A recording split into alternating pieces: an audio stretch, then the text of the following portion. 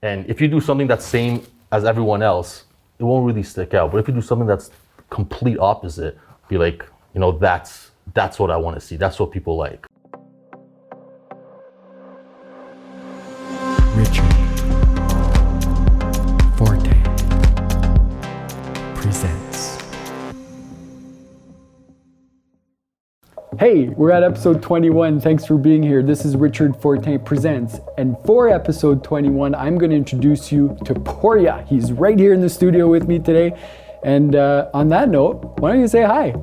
Hello everyone, it's Pouria. I want to thank Richard Fortin for having me in today. It's a great thing that he's doing with all, people of North Bay, getting a little introduction to everyone. Me being new, so this means a lot. You made it to North Bay. Made it to North Bay. From the big city. From the big city. My goal 5-6 years ago, I've always come up here, not North Bay exactly, but more a bit south, Brooks Falls area. And I was like, I gotta get out of the big city. And slowly stuff, you put pen to paper, write down what you gotta do in order to get there, and slowly you just check them off, and here we are. And here you are, Yep. living the dream. LTD, living the dream. Cool. Well, I was really interested in what you were doing when you were back in Toronto and seeing how you're gonna relate that into like opportunities here in North Bay, because it's sort of parallel to what I'm doing in so many ways. And I wanted to bring attention to it because I saw your Instagram profile and what you were kind of up to and the style that you were developing. And I was really impressed with it. So thanks for taking time. Oh, no worries. Like I said, thanks for this. It means a lot, not just to me, it's good for you. That's how the industry works, right? Yeah. Work together, but nothing's a competition. Everyone just works, especially within a small town. So that's what's important about that. It's, it starts from the community and then slowly expand. Right. So tell me about what you're doing in video production, what your background is. Well, my background was mostly I worked in sports television, as writing scripts, cutting, bumpers, montages and stuff. But I was being way too niched into sports. And if I'm only doing sports, I feel that's what I'm doing for the rest of my life. So I got out of that, I always had a keen passion for, filming, editing, all that. And in this type of industry, as being a jack of all trades is very, very crucial. Instead of hiring 4 different people to do 4 different things, when one person, could do all that, why not pay that one person more money? And that's why it pays off. So if you learn more skills, you get paid for having more skills, right? So my journey was all that. I was not doing a lot of the filming myself. I was hiring people to do a lot of the filming, and I was looking at the money that I was paying them, and I was like, why don't I do that? So just went and You're splurged. self-taught, eh? Everything is self-taught. I went to school for, for working in television production and journalism, but everything else is self-taught. Everything, like there's Video Copilot, lynda.com, and just trial and error. Grab a camera, see what it works, see what, all the buttons mean, see what aperture, focus, you learn. Yeah. And you film, you see how it looks, and like, okay, I need more light next time. So you put more light. Everything's self-taught. Yeah, and it's about experimentation. That's I always say that Sweet 16 Studio here, where we are right now, is like a lab. And it's just, we're going to try and swing and experiment, and things will work, other things won't. But you got to experiment in order to figure it out. It's funny you say the word lab. It's kind of like science, right? You have a hypothesis at the beginning, and you do the experiment. If it doesn't work, you come back and you fix the hypothesis. Yeah. So and sometimes there's beautiful accidents. Actually, oftentimes. Absolutely. There's really beautiful accidents. Yep. A lot of styles of filming, cuts, camera movements, experiments. So what kind of jobs are you really looking to do now? So let's give people context. Yes. You've been in North Bay for? North Bay just since April, so 7-8 months. So you've been here 8 months. Yes. You're settling down and getting your personal life all in order, but I'm sure you're also looking for work and trying to develop the business. Every day. Like I always tell people, I'm not, the business aspect of stuff I'm new to, but I learned that, hey, look at types of products you like, types of companies you'd like to do videos for. Send them an email.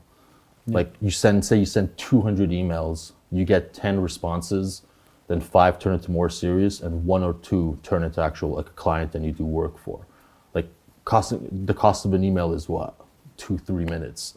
Send them your portfolio, send them some thoughts and ideas that you have for their product or what they could do. One thing that I always do that people don't take advantage of is like what the, not hot topic, but what trends are working. Like Reels, for example, is something I always suggest. Because you have to remember, people are on their phones, they're just like this. Yeah. And Reels just generate and it just pops up on people's phones just from one thing to the other. So I always tell them, take advantage of that. A lot of people say, oh, what is that? Can you explain to me? And I explain, hey, this, and that. They're like, oh, that works way better. Especially like little things of when someone reposts your reel as a story compared to as a post. When you put the reel as a story, it plays in it. So like it's playing so people see it. Yeah. Rather than when you're just doing a story of just of a post, it's just a still image. Yeah. And you have to click. Then you have to click and get into it. Whereas as a reel, people already get a little sample of it before going into it. But back to the question you asked, I veered off, is my end goal is doing work for clients that it's not a one-time thing where they say, hey, we want to give you a contract for X amount of videos. So you're trying to do more medium term, long term. You want people that are returning so you can help them develop their brand over time. Exactly, because let's say business 101 is repeat customers. You could do one-offs for people, but usually I feel like if it's a sign of a one-off, that they weren't that interested in your work. Because if they were, why would they only just make it a one-time thing? So what do you think makes your work interesting? Any work, you can apply this to anything, but I'm just wondering, what is it that gets your attention these days and that you think, this is why I want to be doing this myself, or this is the flavor I like and what I think we need to bring out? One thing I think that more video creators and people who work in this industry need to do is, take chances, be risky, do something that's like, oh man, like, and sometimes it's not $1 million idea, could be the simplest things. And it's like, you're just overthinking on what this should be. Sometimes you don't need $100,000 budget. Sometimes you could do something for $500. So it's all, well, again, it's on what clients, what their needs are. But my thing is like literally just think outside the box and do something that everyone isn't doing. Like this goes back to Seinfeld. Like everything to me, life comes back to Seinfeld a lot. Everyone's doing something, we'll do nothing. Like George said, it's like, do something that's if everyone's veering one way, and if you do something that's same as everyone else, it won't really stick out. But if you do something that's complete opposite, be like, that's what I want to see. That's what people like.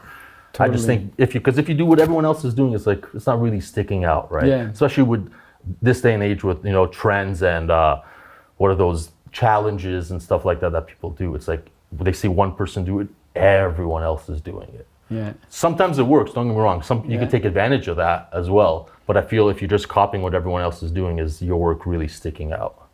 Which I don't think it would be. So who's the perfect customer for you? For me, I would love to be doing stuff like to me, it's not what the product is, it's, tell you the truth, it's how much money they could spend on certain, because I always want to go, it's like a go big or go home for certain things. I want to, let's travel somewhere and do this. Why are we doing this here? Yeah. I like, Nike would be awesome, Adidas, Gatorade, Powerade.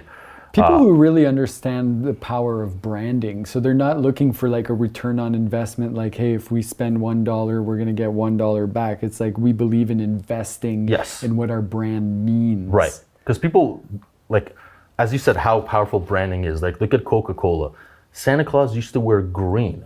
Because of Coca-Cola and their marketing, turned them wearing red. I didn't know that. Well, that's something that's like, it's just how powerful brands are, what things could do. Like, how you call it Kleenex. Yeah. That's a brand name. It's like little things like that people just, it's just something that just sticks. I know from conversations we've had in the past that you've had sort of, you're a guy that's been sort of open to personal transformation. Yes. I got talking about yoga and my journey when you were asking me what I was up to and how it would be possible to get into things together. And then I started flipping the questions on you, and I was kind of blown away with some of your answers. Even as we were setting up here today, we were talking about kind of, oh, how's your day going? Well, day's going good because I'm going to say it's going well, and we're going to create a good day. Yes. We start the morning with things that inspire us. What you said is like the first thought that comes into your mind. I've been watching a lot of these inspirational videos with like Tony Robbins that we spoke about, Eric Thomas, a couple of these guys. And I used to, when I was 17, 18, 19, 20, I used to see these guys on TV and I'd be like, who are these people paying all this money to hear this guy talk? Like, what is he really saying? I would change channels. And then years and years had gone by.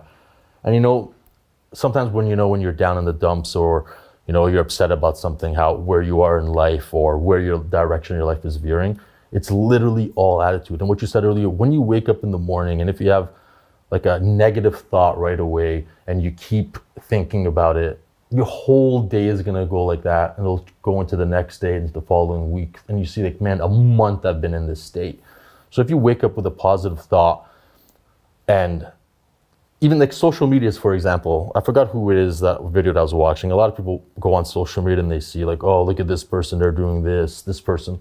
Who cares? Mm-hmm. That's what they're doing is completely irrelevant. That's the thing with social media. People think that is the reality. It's crazy. It's absolutely like it's an illusion. I used to it completely an illusion. It's like, but what is that person is okay? It's on the beach in the Bahamas having fun, and I'm here. And if I'm upset about it, why? What's this fear of missing out? I think that's playing out on a massive, massive, massive scale. Yes. And we know that it affects mental health. I think there was last week Facebook, that whole whistleblower thing, is that they know that the anger and some negative feedback is actually keeps people on longer. Yes. And so they literally have, unfortunately designed it to make us more stressed out, particularly towards teenagers and kids. Yeah, well, that's what it was mostly. It's about teenage girls and like anorexia, bulimic and all. But I think all of us, I think maybe you guys see it in teenage girls, or it's hyper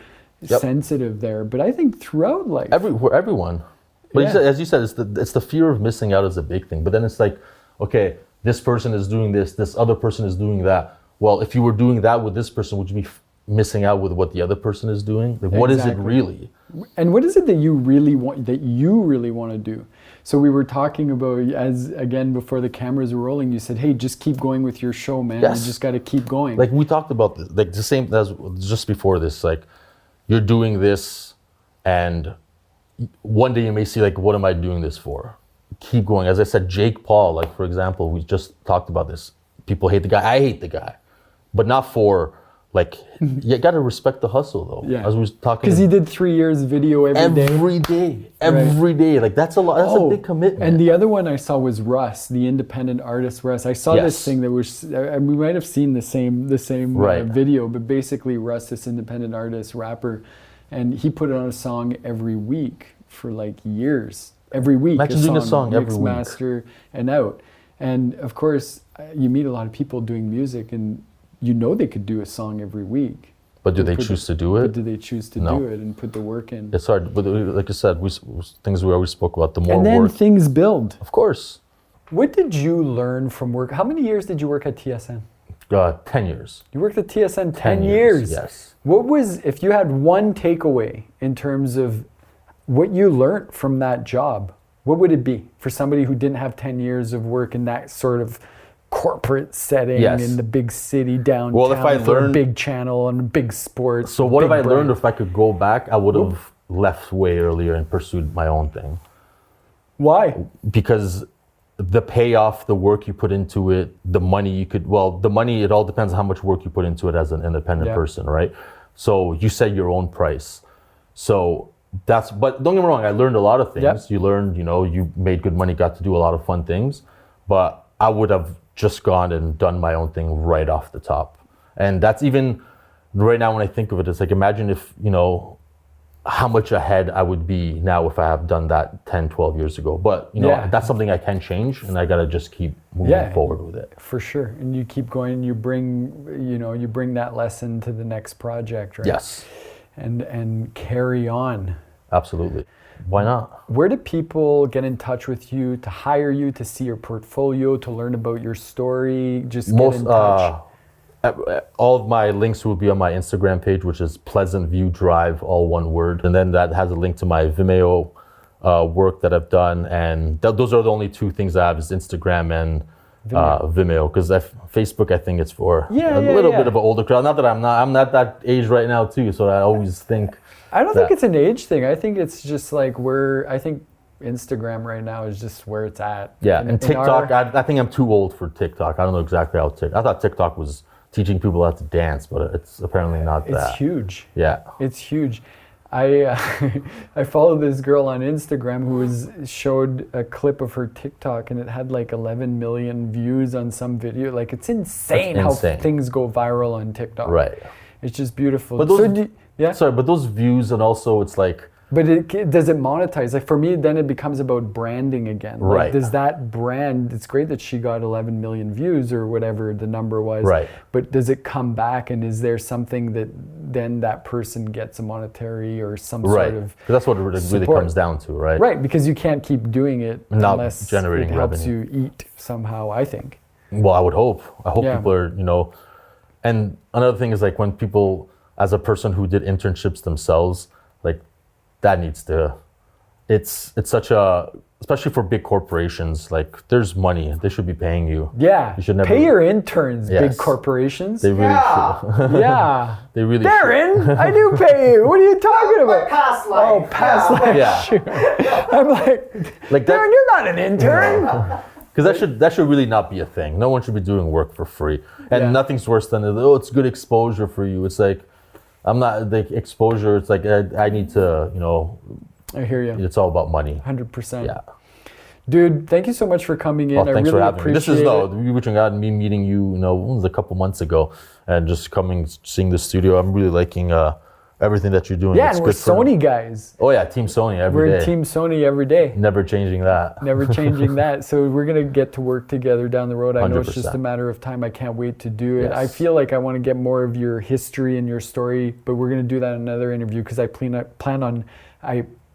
on bringing you back and then keep telling these Oh, stories. nice. 'Cause Why I not? think as people build their careers, I'm going to get to point and say, hey, do you remember when we did that last year? It's about time we get you back in. Yeah, and for sure. give an update to everybody Of and course. tell them how that positive thinking has led Oh. to those gazillions of It takes, dollars. yeah, hopefully it takes you along. It's nuts, man.